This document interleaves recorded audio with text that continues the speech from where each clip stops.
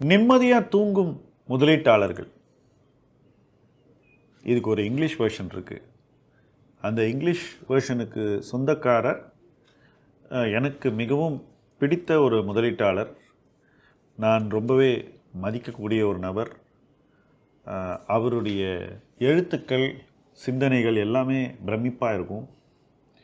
In fact அவர் எழுதின ஒரு சின்ன புக் யூஎஸில், ரொம்ப சின்ன புக். அந்த புக்கு வாங்கிறதுக்கே எனக்கு நியர்லி 35,000 rupees ஆச்சு. It's out of print. அந்த மாதிரியான ஒரு நபர். அவரது ஆங்கிலத்தில் இதே பேரில் ஒரு புஸ்தகத்தை எழுதினார். அது என்ன பேருனா கன்சர்வேட்டிவ் இன்வெஸ்டர்ஸ் ஸ்லீப் வெல். அதை பற்றி தான் இன்றைக்கி பேச போகிறோம். நிறைய பேர் என்ன நினைக்கிறாங்கனாக்கா, கன்சர்வேட்டிவாக இருந்தால் பணம் சம்பாதிக்க முடியாது அப்படின்னு நினைக்கிறாங்க. அதுவும் ஸ்டாக் மார்க்கெட்டில். அதாவது கண்டபடி ரிஸ்க் எடுத்தால் தான் நிறைய சம்பாதிக்க முடியும் அப்படின்றது ஒரு மைண்ட் செட். ஆனால் ஃபிஷர் என்ன சொல்கிறாருனாக்கா, கன்சர்வேட்டிவ் இன்வெஸ்டர்ஸ் தான் நல்லா தூங்குவான் அப்படின்னு சொல்கிறார். தூக்கத்துக்கும் பணம் பண்ணுறதுக்கும் என்ன சார் சம்பந்தம்னு கேட்கலாம் நீங்கள். நிச்சயமாக இருக்குது.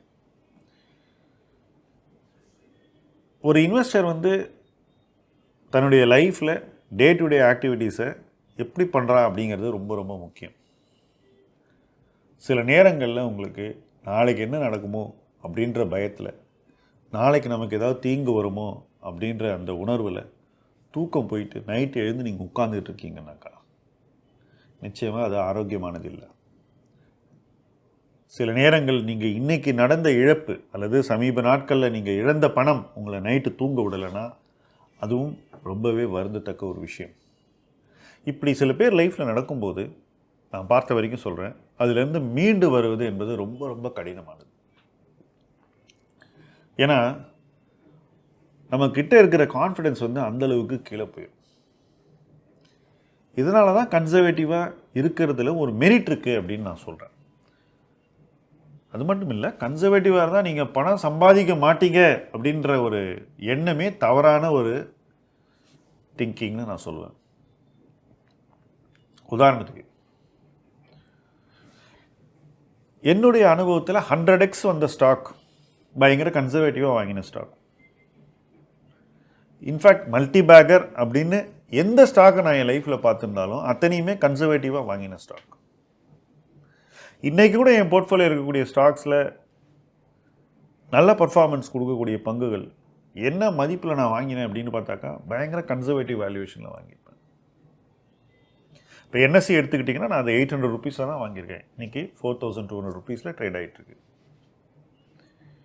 நான் வாங்கின ப்ரைஸுக்கு இன்றைக்கி எனக்கு டிவிடெண்டே அதிகமாக வருது. கிட்டத்தட்ட 10% வரைக்கும் ஈல்டு வருது. இதுக்கு கம்பேரிசன் சொல்லணுன்னாக்கா நிறைய கம்பெனிஸ் நீங்கள் சொல்லலாம்.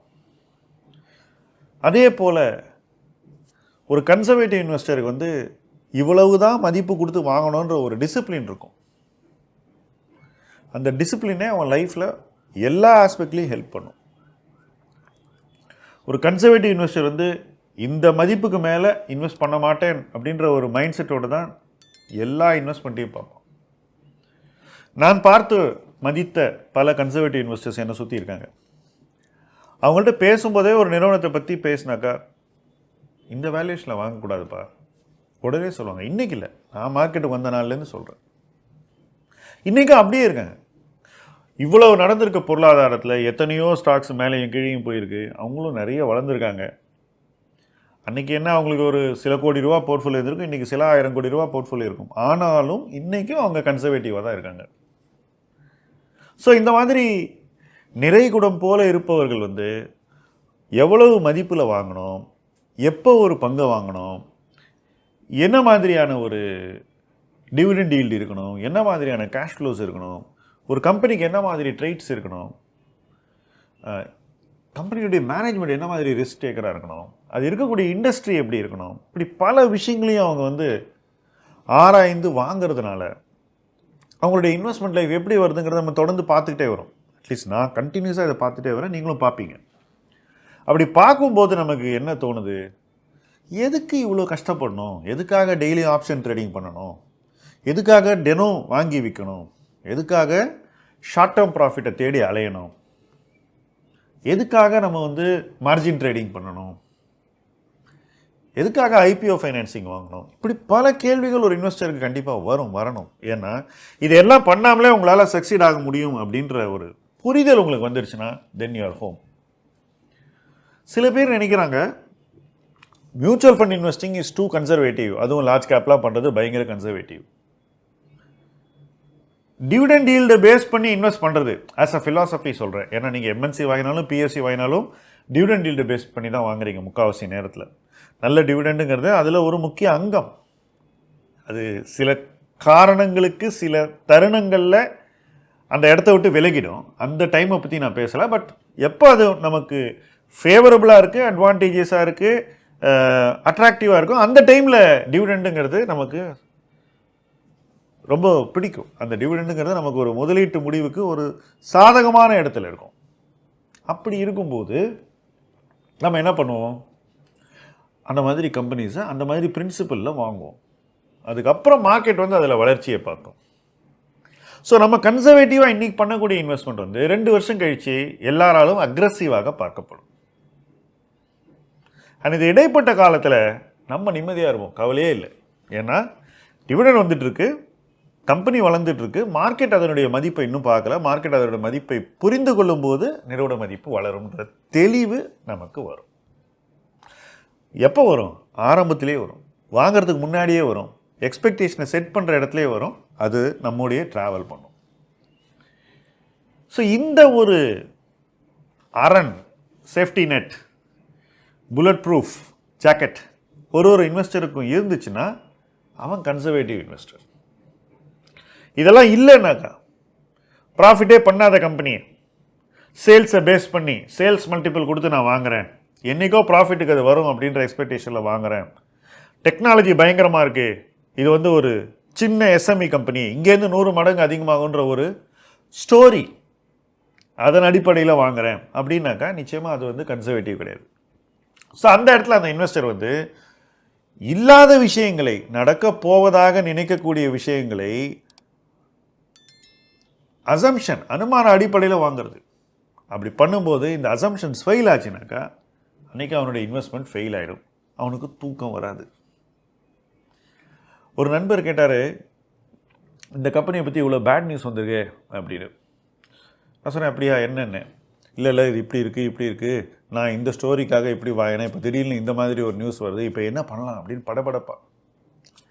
நான் சொன்னேன், நீங்கள் உங்கள் போர்ட்ஃபோலியோவில் இந்த ஷேர் எவ்வளோ வச்சுருக்கீங்க அப்படின்னு கேட்டேன். சார் என் போர்ட்ஃபோலியோ இது 25% சார் அப்படின்னு. 25% வாங்குற அளவுக்கு இதில் உங்களுக்கு அப்படி என்ன பிடிச்சது அப்படின்னு. இல்லை சார், இந்த கம்பெனி வந்து பயங்கர ஃபாஸ்ட்டாக வளரும்னு சொன்னாங்க, அதனால் நான் வந்து இதை ரொம்ப சீக்கிரம் மல்டிப்ளை ஆக்கணுன்ற ஒரு எண்ணத்தில் வாங்கினேன் அப்படின்னு. சரி, டவுன் சைடுன்னு ஒன்று இருக்கே, அதை பற்றி யோசிச்சிங்களா? ஒருவேளை நீங்கள் நினைக்கிறது நடக்கலைன்னா என்ன ஆகும்னு யோசிச்சிங்களா? நான் யோசிக்கவே இல்லை சார் அப்படின்னா. ஸோ அந்த இடத்துல அவன் ஒரு அக்ரெசிவ் இன்வெஸ்டராக இருந்திருக்கான், ரொம்ப ஹைப்பர் ஆக்டிவ் இன்வெஸ்டராக இருந்திருக்கான், கன்சர்வேட்டிவாக சுத்தமாக இல்லை. அப்போ என்ன ஆகுது? இவன் நினைக்கக்கூடிய அந்த அனுமானங்கள்லாம் தோற்று போகும்போது, when the assumptions failed, the stock completely collapsed. Stock collapse ஆனால் பரவாயில்ல, his confidence collapsed. அன்னையிலேருந்து அவன் வந்து ஒரு ஜாம்பி மாதிரி சுற்றிக்கிட்டு இருக்கான். என் நண்பனை பற்றி நான் சொல்கிறேன்னு நினைக்காதீங்க, இது மாதிரி நூற்றுக்கணக்கான ஜாம்பிஸ் நம்ம மார்க்கெட்டில் இருக்காங்க. கடந்த 2-3 வருஷமாக ஜாம்பிஸ் குறைஞ்சிருக்கு. பட் பொதுவாக சொல்கிறேன், நிறைய பேர் இந்த மாதிரி அக்ரெசிவாக இருந்து அவங்க அக்ரெஷன் அவங்கள வீழ்த்தி அதுக்கப்புறம் அவங்க வந்து அதுலேருந்து மீண்டு வந்ததே கிடையாது. இன்றைக்கி எல்லாருமே வந்து நான் வந்து ஆப்ஷன் ரைட்டிங் பண்ணுறேன், அதை பண்ணுறேன், இதை பண்ணுறேன், இதெல்லாம் ரொம்ப ஈஸி, என்னால் டெய்லி இவ்வளோ % ரிட்டர்ன் பண்ண முடியும்லாம் பேசுகிறாங்க பாருங்கள். அவங்களெல்லாம் பார்க்கும்போது என் மைண்டில் என்ன தோணுன்னா, வருங்கால ஜாம்பி அப்படின்னு தான் நான் நினைப்பேன். ஏன்னாக்கா இதையெல்லாம் சஸ்டெயினபிளாக யாருமே பண்ணது கிடையாது. அதுதான் உண்மை. வா, நான் உனக்கு சொல்லித்தரேன், இதை நீ சஸ்டெயினபிளாக பண்ணுவேன்னு சொல்கிறவனே பண்ண முடியாது. அதுதான் உண்மை. ஆனாலும் கன்சர்வேட்டிவாக இருக்கிறத மதிக்காதவங்க இந்த டைரெக்ஷனில் தான் போவாங்க, இப்படித்தான் இருப்பாங்க, இதனால் தான் விழுவார்கள். ஸ்டாக் மார்க்கெட்டில் அதுவும் ஃபிஷர்கிட்டேருந்து நம்ம கற்றுக்கிற விஷயங்கள் எல்லாம் பார்த்திங்கன்னா, 10 வருஷம் சஸ்டெயினபிளாக என்ன இருக்குது, எங்கே வளர்ச்சி இருக்குது, எங்கே நல்ல பிஸ்னஸ் கேரக்டரிஸ்டிக்ஸ் இருக்குது, எங்கே வந்து மெட்ரிக்ஸ் சப்போர்ட் பண்ணுது, that is sales growth, profitability, margin, cash flow, balance sheet எல்லாம் எங்கே சப்போர்ட் பண்ணுது? எங்கே வந்து டெக்னாலஜிக்கல் ஆப்சலசன்ஸ் அவ்வளோவா இல்லை. Simple business bought at the right valuation. ஒரு உதாரணம் சொன்னால் ஏஷியன் மோட்டர் 10 வருஷம் முன்னாடி 12 வருஷம் முன்னாடி வெரி சிம்பிள் பிஸ்னஸ். என்னுடைய friend one of the iconic fund managers, இப்போ ரிட்டையர் ஆகிட்டார். அதுவும் 50 வயதுலேயே ஒரு ரிட்டையர் ஆகிட்டார். ஒரு நாள் ஒரு மீட்டிங்கில் சொன்னார், வேடிக்கையாக சொன்னார் ஆக்சுவலாக. ஒரு இன்வெஸ்டரோட ஹியூமிலிட்டிக்கு இதெல்லாம் வந்து மிக முக்கியமான உதாரணங்கள். அவர் சொன்னார், டேய் நான் வந்து ஏஷியன் மோட்டரை வாங்கிட்டு அது பயங்கர ஹிட் ஆகிடுது. ரொம்ப நாளைக்கு இன்வெஸ்டர்ஸ் எங்களை கேட்டுருந்தாங்க, எதுக்காக நீ ஏஷியன் மோட்டர் மாதிரி ஷேர் வச்சுருக்க அப்படின்னு. நாங்கள் சொல்லிகிட்டே வந்தோம். பட் நாங்கள் சொன்ன காரணங்கள்னால அது சூப்பர் ஹிட் ஆகலை. நாங்கள் வந்து ட்ரக் பிஸ்னஸ்க்காக அதை வாங்கினோம். But because we had the patience, we bought it at the right valuation and we were able to wait very patiently because we had bought it at the right valuation. அதுக்கப்புறமா Royal என்ஃபீல்டாக ஸ்டோரியாக ஆகி பயங்கர growth வரும்போது எங்களால் அந்த full benefit of our conservative இன்வெஸ்டிங்கை எடுக்க முடிஞ்சு. பாருங்கள், ஒரு அசம்ஷனில் போய் வாங்கின ஒரு ஸ்டாக்கு வேறு ஒரு அசம்ஷனில் பர்ஃபார்மன்ஸை காட்டுது. அந்த அசம்ஷனும் ஜெயிக்குது. ஆனால் இந்த இன்வெஸ்டர் ஏன் ஜெயிச்சார்னு பார்த்தீங்கன்னா, அவர் சரியான வேல்யூவேஷனில் வாங்கினார், வெயிட் பண்ணார், கன்சர்வேட்டிவாக இருந்தார். அவ்வளோதான். இதற்கு நேர் எதிர்மறையான ஒரு எக்ஸாம்பிள் சொல்லணும்னா பேடிஎம் ஐபிஓ சொல்லலாம். இன்னொரு நண்பர் கடன்லாம் வாங்கி அதில் அப்ளை பண்ணார். அது direct opposite, diametrically opposite of this. ஒரு நல்ல கம்பெனியில் கூட நீங்கள் வந்து தவறு செய்யலாம். ஒரு கன்சர்வேட்டிவ்லி மேனேஜ் கம்பெனியில் கூட நீங்கள் தவறு செய்யலாம். உதாரணத்துக்கு சிம்பிளாக சொல்லணும்னா ஏஷியன் பெயிண்ட்ஸ் பீக் வேல்யூவேஷனில் போய் அதை வெரைட்டி வாங்குறது. Conservatively run company but not invested into conservative. நீங்கள் பண்ண இன்வெஸ்ட்மெண்ட் கன்சர்வேட்டிவ் கிடையாது.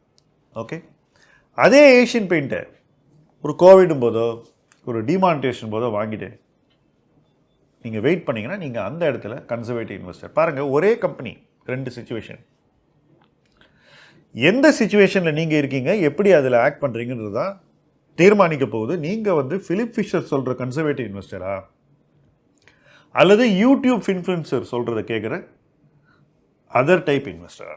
நீங்கள் தான் அதை டிசைட் பண்ணணும். என்ன பொறுத்த மட்டும் ஃபிஷர் சொன்னது காலகாலத்துக்கும் பொருந்தும், நம்ம டைமுக்கு அப்புறமும் இது பொருந்தும். இதில் ஒரு முக்கியமான ஒரு லைஃப் சீக்ரெட்டை நான் சொல்லிடுறேன். ஃபிஷரோட லைஃப்பில் நம்ம பார்க்க வேண்டியது அது என்னென்னா, இந்த மாதிரி கன்சர்வேட்டிவ் இன்வெஸ்டராக இருந்தனால அவருக்கு நல்ல long innings in life it self அதுவே அவருக்கு கிடைச்சிது. அது வந்து ஒரு பியூட்டிஃபுல்லான ஒரு விஷயம் இல்லையா? ஏன்னா ஒரு இன்வெஸ்டர் வந்து இவ்வளவு நீண்ட ஆயுளை பெறுவது அவருடைய முதலீட்டு அணுகுமுறை சார்ந்ததுங்கிறதுல மாற்றுக்கருத்தே கிடையாது. பாருங்கள், 1907 8 செப்டம்பர் பிறந்த ஃபிலிப் ஃபிஷர் 11th மார்ச், இன்னும் சில நாளில் அவருடைய ஆனிவர்சரி வருது, 11th மார்ச் 2004 மறைகிறார். ரைட்? ப்ராப்ளி இந்த வீடியோ நீங்கள் 11th மார்ச் பார்த்தீங்கன்னா இன்னும் சிறப்பாக இருக்கும். பட் தெரியாது. That's the beauty. என்ன லாஞ்சிவிட்டி பாருங்கள். சார்லி மங்கரோட லைஃப்பை பார்த்தாலும் உங்களுக்கு அதுதான் புரியும். வாரன் பஃபெட்டை பார்த்தாலும் உங்களுக்கு அதுதான் தெரியும். ஃப்ராங்க்லின் டெம்பிள்டன் அவரோட லைஃப்பை பார்த்தாலும் அதுதான் தெரியும். வால்டர் ஸ்லாஸ் எல்லாமே 90s, எல்லாமே கன்சர்வேட்டிவ் இன்வெஸ்டர்ஸ். எனக்கு எல்லாம் தெரியும், நான் சீக்கிரம் பயங்கரமாக பணக்காரன் ஆகிடுவேன், எனக்கு டெக்னிக்கை வச்சு நான் அதை பண்ணிவிடுவேன் இதை பண்ணிவிடுவேன், வானத்தை வில்லா வளைச்சிடுவேன்னு பேசுகிறவங்கெல்லாம் கன்சர்வேட்டிவ் இன்வெஸ்டருங்கிற வகையில் வரமாட்டாங்க. அவங்களே சூஸ் பண்ணிக்கிறாங்க வேற ஒரு பாதையை. இது அவங்களுடைய லைஃபுக்கும் நல்லதில்லை, லாஞ்சவிட்டிக்கும் நல்லதில்லை, ஹெல்த்துக்கும் நல்லதில்லை, ஃபைனான்ஷியல் ஹெல்த்துக்கும் நல்லதில்லை, இன்வெஸ்ட்மெண்ட் அவுட்கமுக்கும் நல்லதில்லை.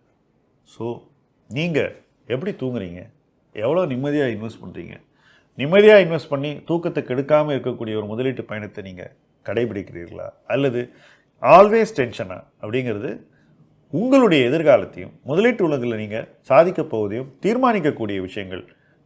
ஆனால் அதுக்கு முன்னாடி எந்த டைரக்ஷனில் போகணும் அப்படிங்கிறத தீர்மானிக்க வேண்டியது நீங்கள். சரியான தீர்மானங்களை எடுத்து இணைந்து பயணிப்போம். முதலீட்டு களம் உங்கள் களம். நன்றி.